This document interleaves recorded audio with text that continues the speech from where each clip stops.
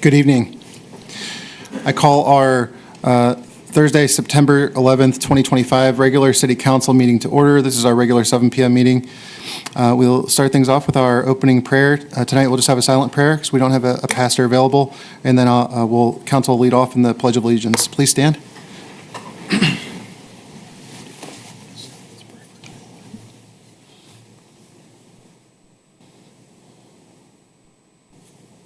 Amen.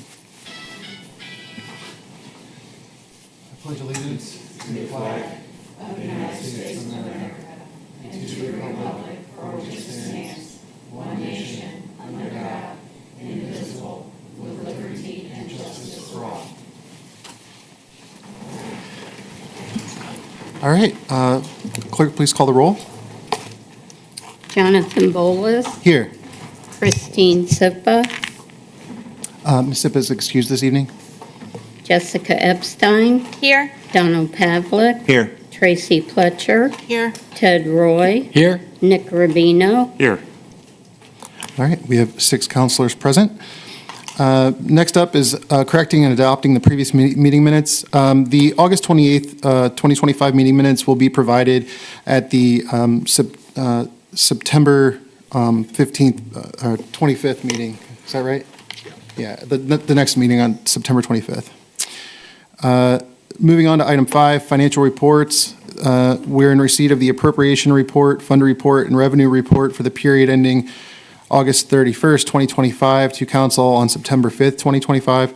The August financial reports to council on September 5th, 2025. The Tallmadge Recreation Center profit and loss report for the period ending August 31st, 2025 to council on September 5th, 2025. The income tax comparisons report for the period ending August 31st, 2025 to council on September 5th, 2025. The income tax by source report for the month of August to council on September 5th, 2025. The revenue comparisons for major funds report for the period ending August 31st, 2025 to council on September 5th, 2025. And the consolidated investment portfolio for the period ending August 31st, 2025 to council on September 5th, 2025. I'll make a motion to approve the reports as submitted. Second. We have a motion and a second to approve the financial reports as presented. Any discussion by council? All right, please call the roll. Jessica Epstein. Yes. Donald Pavlik. Yes. Tracy Pletcher. Yes. Ted Roy. Yes. Nick Rubino. Yes. Jonathan Bolas. Yes. Our financial reports were approved by a vote of 6-0. Next up, public hearings. We have none this evening. So moving on to item 7, community input. This is the part of the meeting where if there's anyone in the audience that would like to speak on an item not on the agenda, they may do so at this time. Please state your name and your address, and you'll be provided 2 minutes to speak.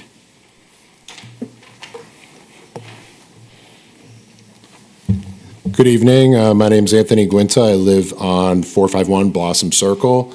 Firstly, I want to thank City Council for looking into our issues on Blossom, specifically Megan Raber and her team as well for reaching out to Hattie Larlam's leadership and sharing their assurances. We appreciate that the CEO acknowledged our concerns and stated that there are 4 residents, 3 employees on site, and no residential vehicles, and the staff has been advised to park in the driveway, avoid horns, and comply with ordinances. I also supplied a correction to my document. As I stated, code 1717, which it was supposed to be 511934. With that said, I just want to point out that these are voluntary promises, and unfortunately, they do not align with the reality that we continue to experience and know that we will continue to experience. I forwarded you guys a picture from Sunday, September 7th. There's 8 vehicles tied to this home, 5 in the driveway, 3 in the cul-de-sac. One was parked on the sidewalk, another one was blocking the mailboxes. And the one that was parked blocking mailboxes was also parked in the wrong direction. These are not isolated mistakes, but they're the inevitable result of running an operation too large for a driveway in the cul-de-sac to handle. Staff avoid one violation to cause another. This is not household living. This is institutional behavior. The shift rotations, corporate van, parking conflicts, and daily staff activity mirror a business operation, not a family residence. And while we've been told the home has been operating since 2017, longevity does not equal compliance. If I opened a restaurant in my home with employees, delivery vans, and customers in the cul-de-sac, the city would not excuse it because it's been there for years. It would be treated as a business requiring zoning approval.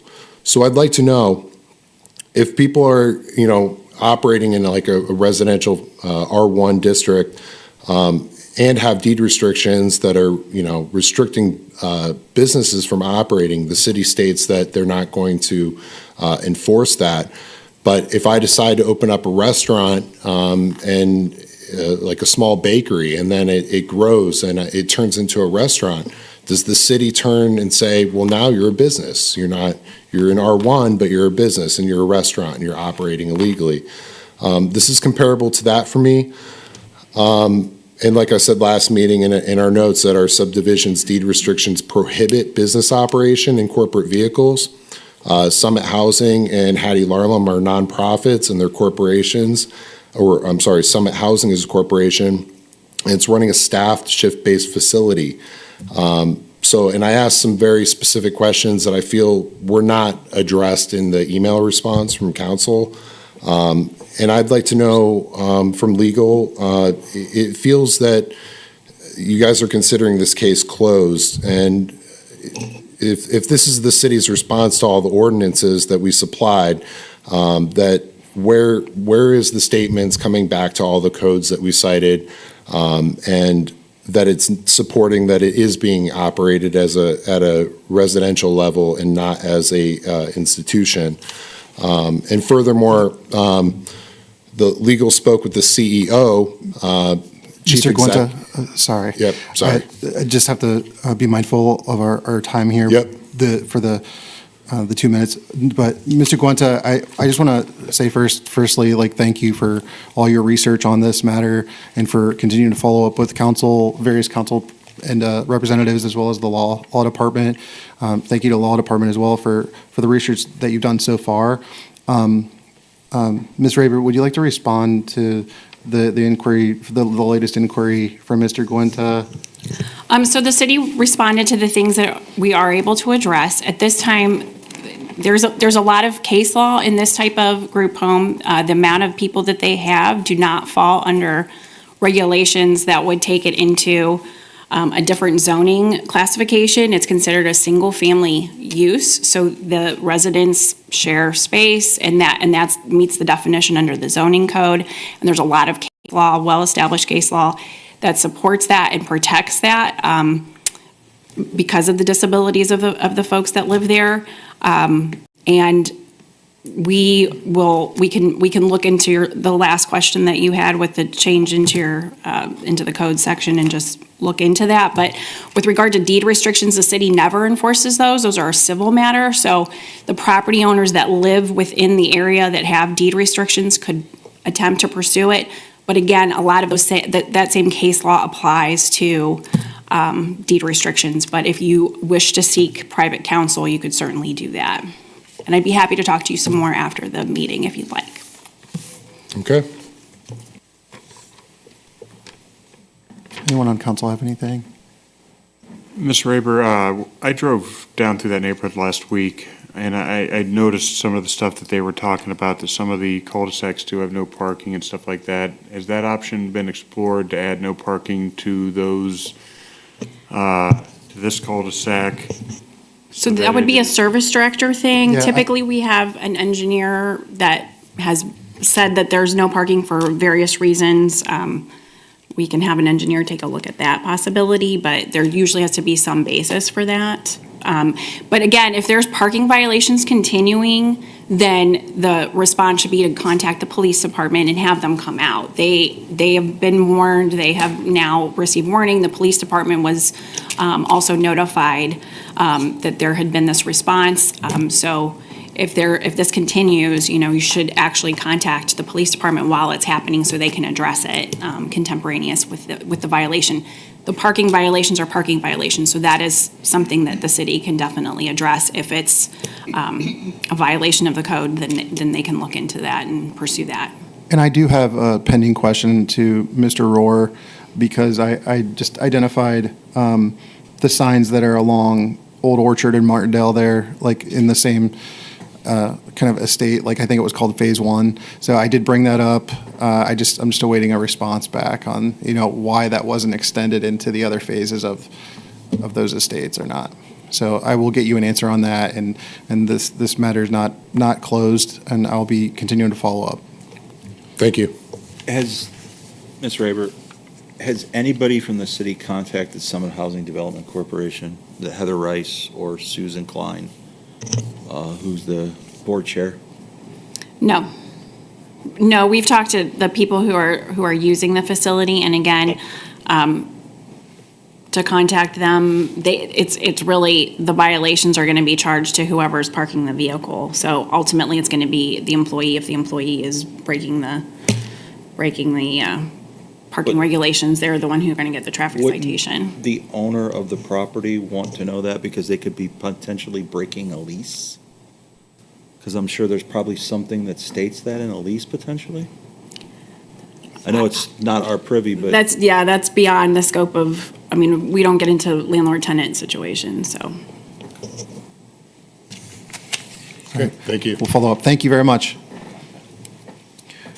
Is there anyone else that would like to speak during our community input this evening?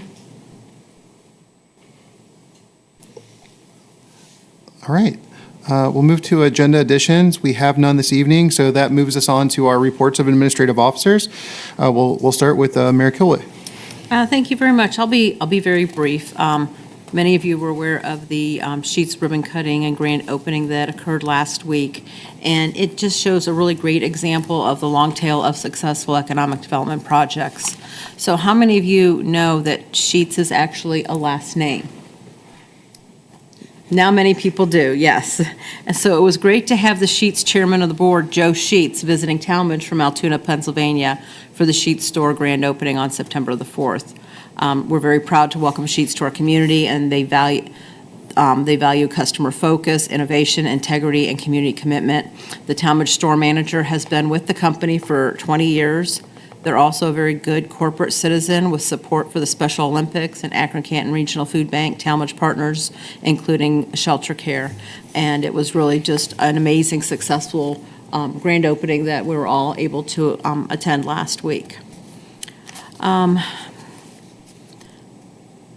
Budget work is ongoing right now. We're very much in the trenches of it.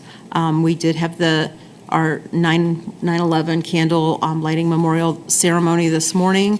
It is ongoing as we speak, so if anyone is listening to this, please come out and take a look at a beautiful representation of the memorial of all those that lost their lives 24 years ago. Bring some lighters, light the candles, let's keep them lit all night long. And then also we would ask to help cleaning them up tomorrow morning at 8 o'clock. We always ask for volunteers to help pick up the candles, and they start at around 8 o'clock tomorrow morning. So if anyone's available that would like to help out, that would be wonderful. Tallmadge High School football is having a military appreciation night. I know Jessica Epstein and her husband have been working on that very much, so that's this Friday night, the 19th.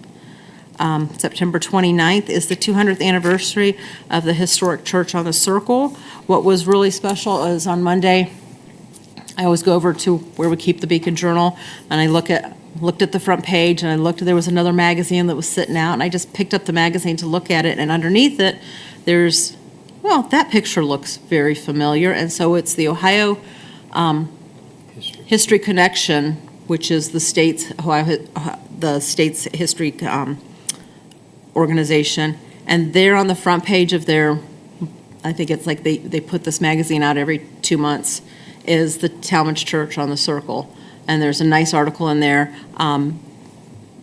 explaining the significance of the church, the 200th anniversary that we're all celebrating. So as I had mentioned, our Tallmadge Historical Society is having a great anniversary on September the 29th, and I'd love to see everybody there. I believe it starts at 1 o'clock and goes to roughly 4 o'clock, and they have a nice program that's going on. Farmers Market is still ongoing. We only have 4 more weeks until it's done. Electronics recycling is going to be October 11th. It's from 10 a.m. to 2 p.m. at the Rec Center parking lot. And then the Fall Street Festival is October 18th from 1 p.m. to 5 p.m. at the Rec Center parking lot. And that's just about all that I have right now. We're very busy here at City Hall. If anyone has any questions, I would gladly ask for them at this time. Mayor, I had somebody let me know, I don't know, it's probably about a week ago now, that they tried to look up on our website when Beggars Night was, and it's still showing the 2024 date. Oh, okay. Thank you very much. We'll make sure that that gets If taken you want to care check of. that out. We will make sure that that gets taken care of. I do believe,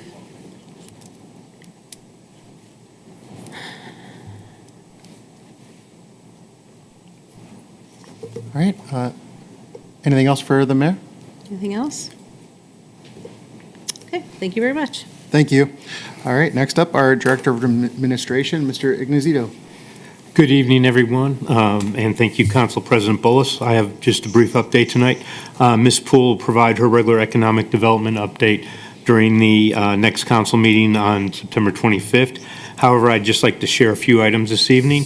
To date, we've completed a total of 41 BR&E visits, with 4 additional visits scheduled to be completed by the end of September. That'll take us up to 45 completed through the third quarter. So we're well on target to hit more than 50 by the end of the year.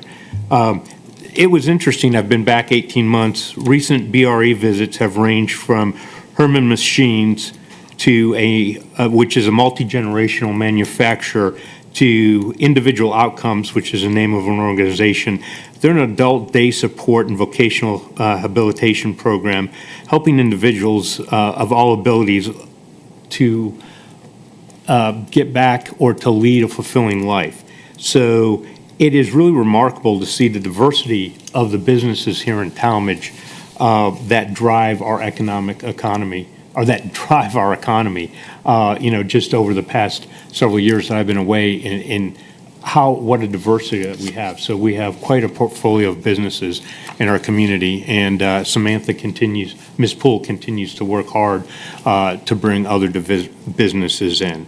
The mayor already mentioned it, but budget work is well underway, and we're on target to present the budget ordinance on October 23rd, followed by a council budget work session as you voted on, which is scheduled for Wednesday, November 5th. Just reminding everybody to make sure we have it on our calendars. And that concludes my briefing, pending any of your questions. I do have one question just regarding budget season. I wanted to make a reminder. I know the mayor and I briefly talked about it before council. I've been still receiving feedback from residents about speeding on certain side streets. The latest one was on Milton, near one of the hills. And I want to make sure, and I encourage those of you on the budget committee to ensure, we've had Nottingham, Milton, Washburn all brought up recently, that we find a solution for these residents and try to help slow down some traffic. We will, thank you, Thank Mr. you. Rubino. It's on my mind a lot. Thank you. We'll review that with Mr. Rohr when he's back. All right, thank you very much, and thank you to Ms. Poole as well. I did have one more Oh, question, yeah. Mr. Bullis. I apologize. I'm not sure if you know or you can talk about it. I was told by a business owner this week that the former Rite Aid had been purchased by somebody. Is that accurate? I am not aware of that. As you're aware, we're are partnering with Insight, and we meet with them monthly. Ms. Poole goes out and they're part of our team. We were talking about different possibilities of businesses coming in that may be interested in that, and none of us are aware of any purchases of that. So if you have any more additional details, that you could share with me after council, I'd be more than interested to share that with Ms. Poole so we could run that down, but we're not. Yeah, I was just trying to find out if it's true or whether it was just one of those rumors going around. No, I know no, we talked briefly about it, Mayor, the other night. Right. Yeah, I don't have any more information besides what we shared the other night, Thank you both. so, thank you. and we have been in contact, not within the last month, but with the organization that owns that building, and we have not been informed by them of any purchases at that time. All right, thank you again. We will move to our Director of Finance, Ms. Gilbride. Thank you. Everybody received the August financial reports. Revenue-wise, we're running as expected. Income tax is about 3% ahead of where we were last year and running within our budget expectations. Starting probably next council meeting, I will begin presenting some reappropriation ordinances, some reducing appropriations to reconcile some of the projects that we decided to forego and shift around due to constraints, how road, having to wait for the force main to put in some of those. So to reconcile our appropriations for some of those major projects. And then also, we will have some reappropriations for salaries coming through. And also, I think I've mentioned in a previous report, our income tax refunds were rather high this year, so I'll need to appropriate some additional funds for that. So I just want to make council aware, you're going to probably start seeing some stuff coming through for the 2025 budget to reconcile to what we've experienced this year. Mainly the salaries and the income tax refund is where you're going to see the upticks. And then individual projects, I know Mr. Rohr sent about the pool today, so that'll be coming down the pike also. But just to make you aware that I am working on that and looking at the budget now that we're getting close to completing the third quarter. And if anybody has any questions on the financial reports, I'll be glad to answer any.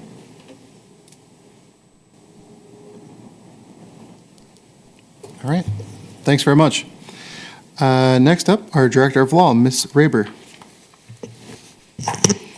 Thank you. I wanted to report that this week I heard from the codifier, who said that they anticipate a delivery date of the end of November now for our recodification. And so by the time that we have an opportunity to review that, given that they're indicating it be the end of November, it is going to be our plan to start that process in January instead of trying to stick it in at the end of the year and start that at the end of the year. So we can, the good news is it won't overlap with the budget and all the work that you'll be doing on that. And instead, we'll be able to focus on that at the beginning of the year. So you can look forward to that in the new year. All right. Any questions? All right, that brings us to our reports of standing committees of council as the whole. We will start with Planning and Zoning Committee with Councilwoman Pletcher. Thank you, Mr. Bolus. I will call to order the Planning and Zoning Committee. There are currently no items on the agenda this evening. Is there anything that anybody would like to discuss? Okay, hearing none, I'll close committee. Thank you. Next up is our Finance Committee by Councilman Pavlik. Good evening. I open Finance Committee. The Finance Committee deals with budget, appropriations, reappropriations, bonds, franchises, and investments and expenditures. Currently, we have one ordinance. It's currently in its second reading. Ordinance 2025-72, Exhibit A, authorizing the mayor to enter into memorandum of understanding with the County of Summit and other political subdivisions for job creation, retention, and tax revenue sharing, and providing for immediate enactment. Sponsor of this is Mayor Kilway. Mayor Kilway or Ms. Gilbride, do you have anything to add to this? Go ahead, Ms. Gilbride. This is just being modified. Last year we met, we had this before you. We've been a member of this agreement for quite some time. There was discussion because of changes in the income tax laws about work from home and those kind of things and clarifying that language. During that discussion, the previous year, there had been further discussion and further exploration into changing the limit that had existed in the agreement for when the tax sharing kicked in. And so after further research, we're coming back this year with, they're increasing the limit from 3.5 million to 4.5 million, because that 3.5 million actually dates back to the original date of the agreement. And then there's also language included that will include an annual inflationary adjustment, so we don't have to continually do that, and then the process for which that inflationary adjustment will be done, what inflation measure we'll be using, those kind of things. So that's basically the gist of this one change, and that's really all that's changing is the limit for when the tax sharing would kick in at 4.5 million in payroll, and then making sure that that limit is keeping up with inflation as the agreement continues on.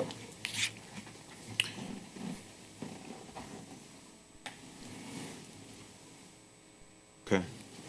So it's based on the CPI. Yes. Okay.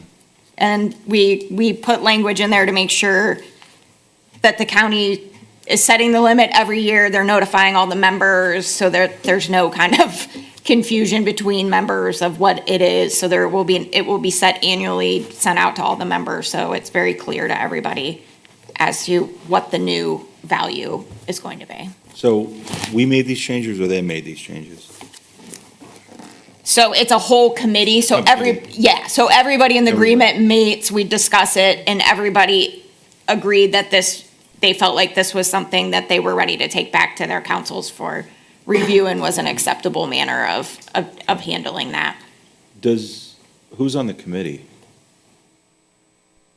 Is it made up of representatives of the cities within Summit County? Yeah, so there's an annual meeting, you can call, any member entity can call a meeting, and then they call the meeting, and all the member communities show up with representatives, and then that's how it's discussed. Is it your knowledge that does anybody not sign this? There are, I want to say, I don't know the specific, I can get that for you, who are not members. Okay. I think like the city of Greene is not a member, Twinsburg Township, but I can get it for you. There's many more members than there aren't members, but there are a handful of communities in the county that are not members of this agreement. And I can get you that information. I just don't want to misspeak off the top of my head. Thank you. If you can get that, I'd appreciate it. So with that, we would just leave this at second reading and move it to third? Yeah, we don't, Leave it third. yep, Okay, yep. Okay. So we will, if council's okay with that, we would move ordinance 2025-72 to third reading.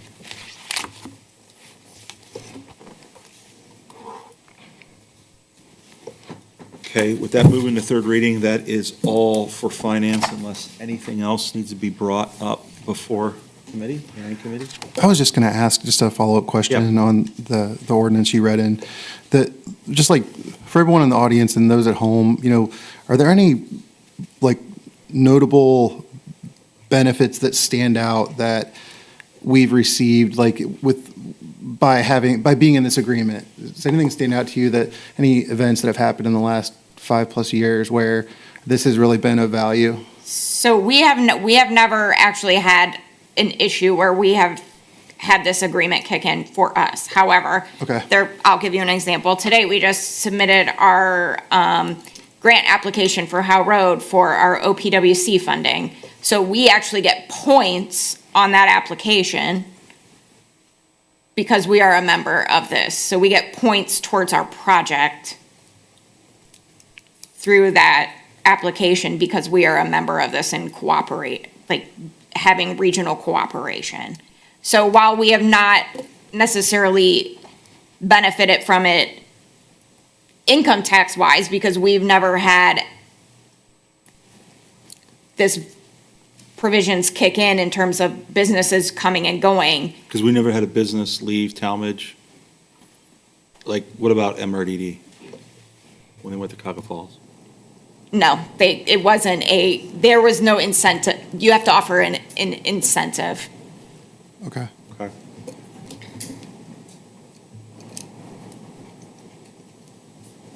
All right, no, thank you. All right.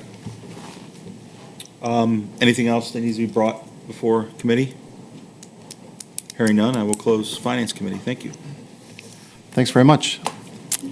We will move to Personnel Committee with Councilman Pavlik. Open Personnel Committee. The Personnel Committee deals with personnel, labor relations, insurance claims, rules of council, and state statutes. We currently have two ordinances in third reading. First up is ordinance 2024-75, authorizing the mayor to enter into an agreement with the International Association of Firefighters, Local 2764, and providing an immediate enactment. Sponsor of this ordinance is Mayor Kilway. Mayor Kilway, anything to add? Or Mr. I'll let Iglesito? Mr. Yeah. Iglesito, go ahead. Good evening, Councilman Pavlik. The administration requests that council keeps ordinance 2025 at third reading. Just an update, the red line version of the contract was sent to the IFF's council late last week. Once the red line version is reviewed by their council, the local leadership and the local's leadership, the usual procedure is for the local to hold a vote on the contract and to notify the city of the outcome. And I'm requesting an executive session at the next regular scheduled city council meeting to discuss personnel issues, and we'll provide additional updates. All right, thank you. Is there any questions on ordinance 2024-75? Is all the contracts that council has approved, are those all signed off on and complete? This is the last this is the last contract that we are waiting to sign, and at this point, it has gone to fact-finding, and they have not voted to accept the red line version. So I would anticipate that once their council has fully reviewed and the leadership has fully reviewed, that they would take this to a vote. It is similar, very similar to what they've requested and what the fact finder had suggested. So I would imagine there would be a vote and we would have a recommendation at the next meeting. But the other contracts have been signed off by both parties and everything's in place? That's correct. Okay. This is the last contract to be signed. Any additional questions? Hearing none, we will keep ordinance 2024-75 at third reading. Thank you. Welcome. Next up is ordinance 2024-69, Exhibit A, amending Tallmadge Codified Ordinance Section 111.01, Rules of Council, and providing for immediate enactment. Sponsor of this is Council and Administration. Anybody have any comments? I had one update. Just since our last meeting, I had sent the law director an amendment regarding a temporary clerk. In the event that the clerk is absent, since we're not filling the assistant deputy clerk role at this time, we wanted to have language in the rules so that it was clear who would fill that role. In different communities, our clerks had researched, different communities do it different ways. So there was language added in there for that, just so it was clear. Yes, And if that I was can it. just further explain that the changes, we had discussed changes with regard to the correspondence, so that was incorporated into Rule 22, and then Rule 7 is also amended as well. So it's only Rule 7 and Rule 22 that are different from the last time it was before you.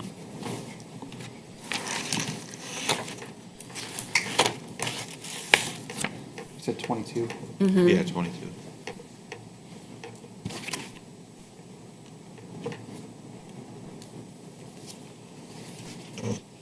Okay, okay. Is there any additional questions or comments from the administration or from council on this ordinance? Hearing none, Is there a motion to adopt ordinance 2025-69? Motion to adopt. Is there a second? I'll second it. Okay, we have a motion and a second on ordinance 2025-69. Is there any further discussion? Hearing none, Madam Clerk, can you please call the roll? Jessica Epstein, Yes. Donald Pavlik, Yes. Tracy Fletcher, Yes. Ted Roy, Yes. Nick Rubino, Yes. Jonathan Bolus. Yes. Okay. with that- Was that, so as a point of order, that was the amendment that you just voted on? Yeah, that was the amendment, Okay. yes. That Okay. was the amendment of ordinance 2025-69. So that passes 6-0, so that's the amendment. Now we have to vote to approve ordinance 2025-69 with the amendment. Correct. Okay. Is there a motion to approve ordinance 2025-69 with the amendment that was just passed? Motion to adopt. We have a first, is there a second? I'll second it. Okay, we have a first and we have a second. Is there any questions from council or administration? Okay, hearing none. Madam Clerk, will you please call the roll? Donald Pavlik, Yes. Tracy Fletcher, Yes. Ted Roy, Yes. Nick Rubino, Yes. Jonathan Bolus. Yes. Jessica Epstein. Yes. Okay, with that, ordinance 2025-69 passes with a motion of 6-0. I want to thank Ms. Epstein, Councilman Bolus, and Ms. Raber for their work on this, changing the council rules. And Thank you for working with us as well. Yeah, thank you, thank you. Thank you. I also want to recognize Mrs. Bryant. Yeah, Yeah. Ms. Bryant, yeah. Thank you, thank you. Okay, with that, that's all the ordinances tonight. Under personnel, is there anything else that needs to be brought before the committee? Hearing none, I will close Personnel Committee. Thank you. Thank you. Next up is our Safety Committee with Councilman Rubino. Thank you. I call Safety Committee to order. The Safety Committee deals with disaster services, communications, fire, and paramedics, police, and health. We currently have no legislation before us tonight. Does anybody have anything for the Safety Committee? Hearing none, I close committee. Thank you. Next up is our Community Issues Committee with Councilman Roy. I'd like to open Community Issues. Community Issues Committee deals with Parks and Recreation, Civil Affairs, and liaison between Council and the Recreation Board and Intergovernmental Affairs. We have nothing before us. Does anybody else have anything to add? If not, I will close the committee. Thank you. Thank you. Our last committee this evening is our Public Service Committee with Councilwoman Epstein. Thank you. I call Public Service Committee to order. The Public Service Committee deals with streets, highways, sidewalks, buildings and improvements, water, sewer, electricity, gas, energy resources, recycling, waste, and trash. We have nothing before us this evening. Are there any additional items from council or administration? I did have just one request. I am researching a question for a constituent that I spoke with on the phone the other day, and I am having trouble locating the Parks Master Plan on the city website. If you can email it to me.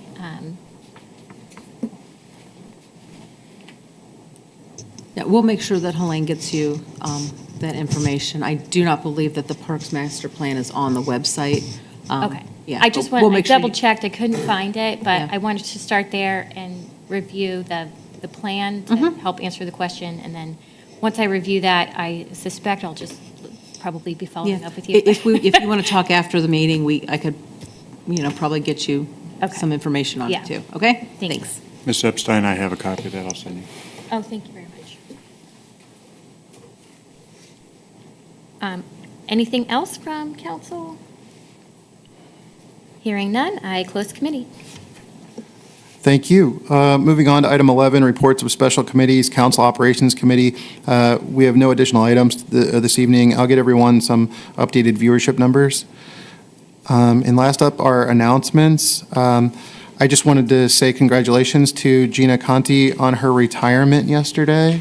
That was her last day, so I wish her well on her new adventures as a grandma, and thank her for all of her years of service. Any other comments here? All right, then moving to item 13, our adjournment. I'll make a motion to adjourn. I'll second it. We have a motion and a second to adjourn. Please call the roll. Tracy Fletcher, Yes. Ted Roy, Yes. Nick Rubino. Yes. Jonathan Bolus. Yes. Jessica Epstein. Yes. Donald Pavlik. Yes. All right, it is now 7:40, and our meeting is adjourned. Thank you.